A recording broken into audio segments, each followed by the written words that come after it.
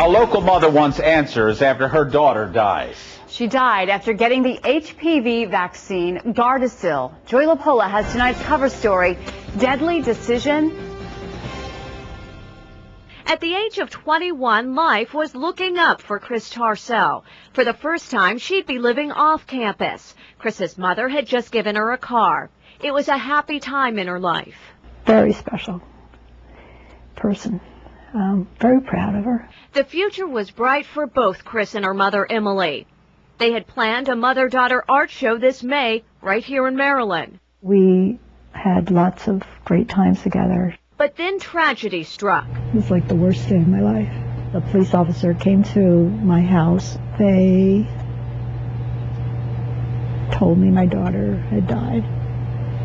And when I said, what happened? They said, we don't know. A mystery that Emily has spent the past 7 months attempting to solve.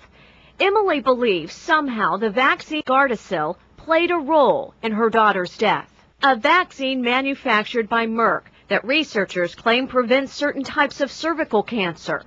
And it sounded like side effects were minimal, if any. So you thought, well, why not? You know, if you're going to be protected against cervical cancer, why wouldn't you?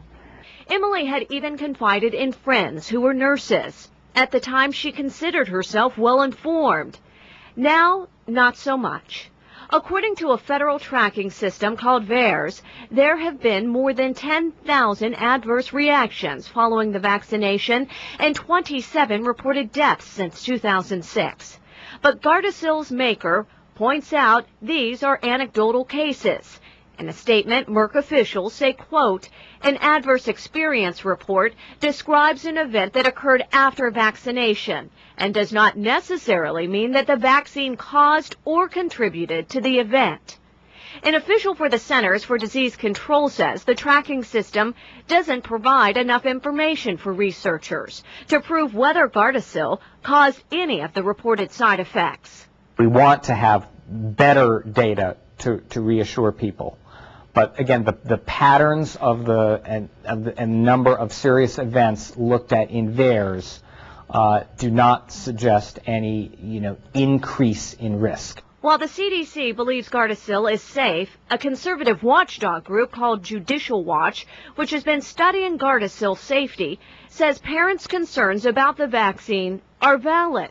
So without long-term studies and without a safety test, essentially the public is being used as a large-scale public health test.